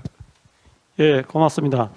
아마 ODA하고 탄소 저감, 그리고 그 해외 산림 자원 개발, 이 세 가지 측면에서 말씀해 주셨는데, 아마 이 농업 부분에서도 마찬가지지만은 그 사전적인 준비가 철저하게 돼갖고 민간 부분에 기업들의 어떤 참여, 이런 부분이 중장기적으로 안착되는데 굉장히 중요한 의미가 있다는 그런 측면이 강조된 것 같습니다. 예, 바로 이어서 온라인으로 참석해 주시는 해외농업자원개발협회 이윤수 사무국장님 토론 부탁드립니다. 예, 고맙습니다. 이윤수입니다. 먼저 김종선 박사님 오늘 좋은 발표해 주신데 감사드리고요. 개선 방안에 대해서 저도 대부분이 공감합니다. 근데 최근에 해외 농업의 전체적인 트렌드가 사실은 과거에 생산 위주에서 지금 유통이라든지 많이 바뀌고 있거든요. 잘 아시겠지만 포스코 인터의 우크라이나라든지 또 하림의 펜오션의 이토츠 지분 인수해가지고 유통사업에 참여하고 그래서 아까 발표 중에 성과 지표의 개선 방안으로 곡물류 해외 생산 기반 확대 이쪽에 상당히 많은 비중을 두셨는데 사실 이 사업이 처음에 설계됐을 때 잘 아시겠지만 생산 쪽하고 곡물 조달 시스템 투 트랙으로 왔었거든요. 근데 그간에 이제 AT에서 곡물 조달 시스템을 중단했다가 사실은 현재 이 부분이 이어져 가지고 오히려 더 포션이 클 것 같습니다. 그래서 성과 지표를 만들 때 이런 부분은 좀 감안을 해 주셨으면 좋겠고요. 그 다음에 몇 가지 이제 제안을 좀 드릴까 합니다. 사실 이 사업의 문제점으로 지적된 게 한 2가지 정도가 있는데 그 중에 하나가 많은 기업이 진출했음에도 불구하고 생존율이 뭐 33%뿐이 안 되고 굉장히 낮다는 거거든요. 근데 이 사업 자체 설계가 간접 지원 방식에 기인했기 때문이라고 저는 보고 있습니다. 그리고 발표에서도 말씀하셨지만은 신고한 이후에 43%가 진출을 포기했다고 하는데 신고제도도 그래서 반드시 좀 개선이 돼야 된다고 봅니다. 신고를 하기 위한 가장 큰 목적 중에 하나는 사실 송금을 위한 건데 많은 기업들이 핸드캐리나 타 사업에서 돈을 일부 현재 투자를 하고 신고를 한 다음에 추가 자금을 가져가는 형태거든요.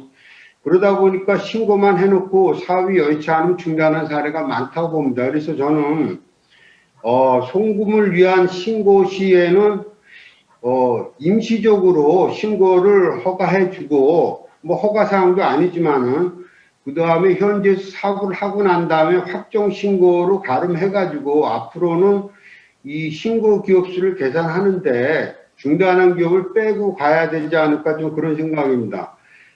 두 번째는 러시아 연해주에 지금 센터가 설립됐고 캄보디아에 전문가이 파견되어 있는데 이게 굉장히 좋은 기능을 하고 있습니다. 왜냐하면은 러시아 연해주에도 센터가 설립된 다음에 신규 기업이 2개가 진출했는데 계속적으로 사업을 하고 있고요. 캄보디아 같은 경우는 신고를 안 하고 현재 사업을 하고 있는 기업체 수가 43개가 되는데 그 중에서 작년에 2개, 올해 2개도 신고를 시켜가지고 여기에 참여하게 했습니다. 그러니까 그 결과 정착률이 거꾸로 올라가는 거죠. 그러니까 우리한테 좀 필요한 거는 현지에서 사업을 하고 있는 무쇠 기업들이 많이 있거든요. 이런 기업들을 제도권 안으로 흡수시켜서 사업을 확실히 추진하고 있으니까 실적도 올라가고 성과도 올라가게 될 겁니다. 그렇기 때문에 이 사업 자체가 간접 지원 방식인데 뭐 환경조사나 컨설팅, 교육훈련을 많이 치우쳐 있는데 제 의견으로는 현지에 전문가를 갖다가 많이 좀 파견을 해가지고 각국에서 우리 기업들이 뭐 일으키는 어떤 사기라든지 이런 것도 좀 방지하고 신규 기업에 대해서 잘 안내할 수 있으니까 효과라든지 성과 측면에서 굉장히 좋을 것 같습니다. 그리고 한 가지 더 말씀드리자면 국내 반입 지원인데 사실 이게 국회에서 많은 지적사항이 계속적으로 있었는데 최근에는 좀 많이 없어졌습니다. 그 이유가 연해주에서 많이 들어왔고 포스코에서 올해도 한 6만 8천 톤 밀을 수입하고 하다 보니까 성과가 굉장히 올라가는데 앞으로도 트렌드는 좋아질 것 같습니다. 그런데 문제가 하나 생긴 게 미국과 중국의 무역 갈등 때문에 중국이 미국에서 수입을 제대로 안 하다 보니까 연해주 곡물가가 폭등을 하고 있습니다. 그래서 우리 기업들이 연해주에서 판매하는 게 훨씬 이득이지 한국 가져와 봐야 이득이 안 될 것 같으니까 굉장히 어려워하고 있거든요. 그래서 지원 사업 중에 하나가 비상식 곡물 반입도 있지만은 이럴 때 국내에 들어오는 기업에 대해서 인센티브, 물류비를 일부 지원한다든지 하는 방법이 있을 것 같습니다. 또 한 가지 방안 중에 하나는 해외농업개발 공매제도를 하고 있는데 지금 AT에서 추진하고 있는데 여기 마커 비용이라는 걸 내고 하고 있거든요. 근데 저희가 가져올 때는 공급 물량하고 수요 물량을 맞춰서 오기 때문에 입찰이라는 게 사실 형식이지 의미가 없습니다. 그래서 이런 비용을 갖다 세이브해서 돌려준다면은 국내 반입하는데도 문제가 없을 것 같고 기업한테도 굉장히 좋을 것 같습니다. 마지막으로 한 가지 농어촌공사에서 ODA 관련 발표를 해주셨는데 협의체 구성해가지고 각 기관이 정기관이 협의해서 한다면 굉장히 뭐 협의체제 구축이 굉장히 좋을 것 같습니다. 그런데 이게 우리나라 기관에서 또는 입장에서 보는 ODA 사업이지 현실 감각이 굉장히 떨어질 수가 있고, 또 한 가지는 ODA 사업이 종료된 다음에 인계를 해주고 사후 관리 문제가 굉장히 클 것 같습니다. 근데 현실을 잘 아는 진출 기업을 갖다가 이 협의체에 좀 참여시켜가지고 협회가 들어가면 되겠죠. 그렇게 해서 좋을 것 같습니다. 예, 이상입니다.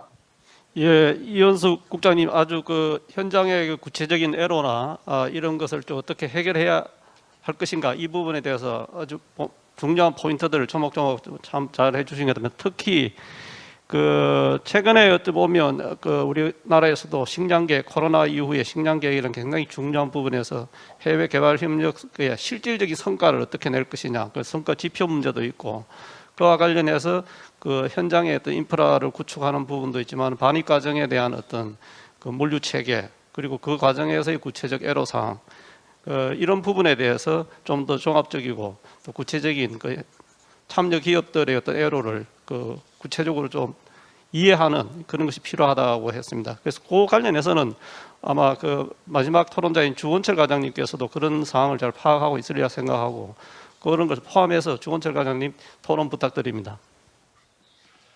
예, 감사합니다, 원장님. 농식품부 국제협력 총괄과장 주원철입니다. 좋은 말씀 많이 들었습니다. 간단하게 먼저 해외 농업 개발에 대해서 말씀드리겠습니다. 아시겠지만 이건 2008년도 국제곡물 위기 이후에 외국의 곡물회사들에서만 이제 수입을 의존하고 있는 이 부분을 공급성을 좀 다양화해보자. 그 다음에 이를 통해서 비상시에 반입 능력을 높여보자. 이런 취지로 이게 생긴 사업입니다. 그래서 지난 10년간 저희가 이제 여러 가지 시행착오를 거쳤지만 현재 제자리를 찾아가는 중이라고 저는 생각을 합니다. 그래서 규모 측면에서 보면은 개발 면적이나 유통량, 그 다음에 국내 반입량, 이쪽에서도 상당히 괄목할 만한 성과가 있었고요. 특히 제가 이제 유심히 보고 있는 부분이 이제 한 지역에서 장기적으로 들어오는 부분이 있습니다. 지금 우리 이은수 국장님께서 말씀해 주셨듯이 러시아 연해주 쪽에서 콩이 매년 10,000톤 정도씩 안정적으로 들어오고 있습니다. 요거는 정부에서 이 해외 농업 개발로 들어온 곡물, 특히 콩에 대해서는 관세를 낮춰주는 TRQ 제도를 저희가 활용했기 때문이고요. 요것뿐만 아니라 최근 들어서 특히 양적인 측면에서 이전에 그냥 단순 농장 개발뿐만 아니라 좀 더 전방으로 나아간 이런 기업들이 많이 나오고 있는 게 굉장히 고무적이라고 생각을 합니다. 말씀하셨다시피 포스코나 이런 데가 유럽으로, 또 다른 기업은 이제 현재 미국 쪽에서 이런 유통용 사업을 하고 있고요. 이거는 곡물을 수집해가지고서 터미널에 넣고 배로 실어오는 거기 때문에 양이 그냥 10,000톤, 20,000톤 단위가 아니라 굉장히 큰 양입니다. 그래서 벌크선 단위로 국내로 들어오고, 이게 또 이제 장기 계약도 지금 추진되고 있고 한다는 걸 보면은 지난 10년간의 여러 가지 노력을 통해 가지고 이제 대형 큰 곡물이 대량으로 들어오는 시스템이 이제 세계적으로 조금씩 자리를 잡아가고 있다고 저희는 이렇게 판단을 하고 있습니다. 향후 방향에 대해서 여러분들이 지금 말씀을 하십니다. 이게 곡물 위주, 자원 개발 위주 사업으로 갈 것인지, 아니면은 우리 기업이 농업 관련된 농기업의 해외 진출을 도와주는 측면으로 갈 것인지 생각을 하시는데, 장기적으로는 저희가 해외에 우리 기업들이 나가서 돈을 벌고 아웃리치를 많이 하고 하는데 정부 쪽에 포커스가 가야 된다는 거에 대해서는 방향성에 대해서도 동감을 하는데, 단기적으로는 특히 올해나 내년처럼 이제 곡물 가격이 급등하는 추세가 있는 이런 시기에는 자원 개발 측면에 좀 초점을 맞출 필요가 있다고 생각합니다. 그래서 정부는 곡물 사업에 진출하는 기업의 부담을 줄여주기 위해서 내년부터는 곡물 사업 진출 기업이 융자를 받을 때 이자율도 0.5%포인트 절감하는 부분을 이제 예산안을 제출해서 현재 예산이 지금 국회를 통과해 놓은 상태입니다. 그 외에도 이거는 이제 곡물뿐만 아니라 모든 형태의 진출 기업이 다 받을 수 있는 건데, 정보 제공하는 문제, 컨설팅, 그다음에 인력 개발, 교육, 인턴십 등에 대해서도 저희가 좀 더 신경을 쓰고 하도록 하겠습니다.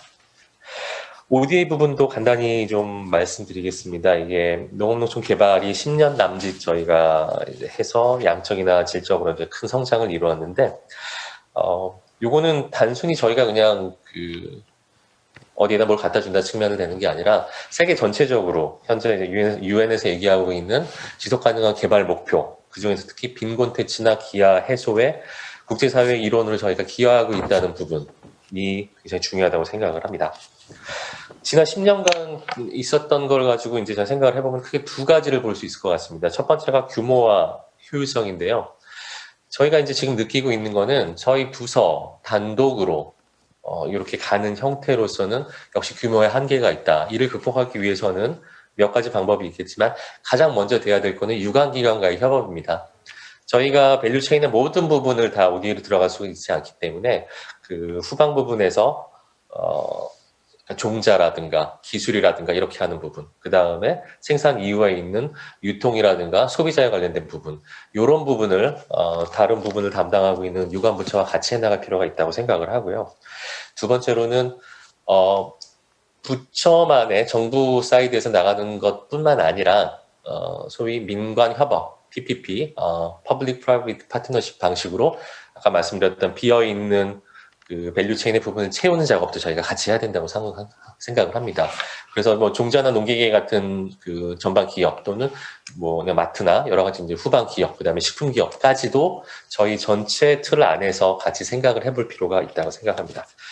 마지막으로 효율성 부분을 좀 생각을 해봐야 됩니다. 이 지속 가능성에 대해서 지금 여러분들이 걱정을 표시를 하고 저희도 굉장히 이게 의미 있는 거라고 생각을 하고 있습니다. 사업이 끝나면은 이게 없어지고 잦아들고 그냥 멈춰버리는 게 아닌가 이런 고민을 저희도 하기 때문에 저희가 들어가는 사업이 단순히 요거로 끝나는 게 아니고 또는 요 끝나고 나서 저희가 또 뭐 후속 사업을 해주고 이런 식으로 이렇게 그 정부의 돈이나 지원이 계속 들어가야지만 유지되는 그런 시스템을 벗어나가지고 이게 그 수원국의 지역 개발이나 종합 개발 계획 속에 들어가 있든지 아니면은 여러 가지 다른 민간 사업과 연관이 되든지 아니면 또는 국제기구들을 통해서 하는 다자 사업으로 지역 단위 발전 사업에 들어가 있든지 해서 저희가 들어가서 예산 지원이 끝나더라도 이 들어간 부분이 밸류체인에서 계속 살아남아서 수원국의 빈곤 퇴치와 기하에서 계속 도움이 될 수 있는 이런 방법으로 사업을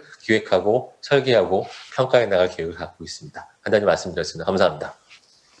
예, 고맙습니다. 그 조은철 과장님도 말씀하시고 지난 산림청의 함태식 과장님 말씀하신데 아마 그 국내에서도 여러 가지 그 산업이 안정적으로 발전하고 해당되는 생산자나 기업이 남들 독자적인 발전을 하기 위해서는 좀 더 이제는 그 가치 사슬 연계된 그 산업의 전후방 전체를 종합적으로 좀 볼 수 있는 그런 인식의 전환이 좀 필요하다고 생각합니다.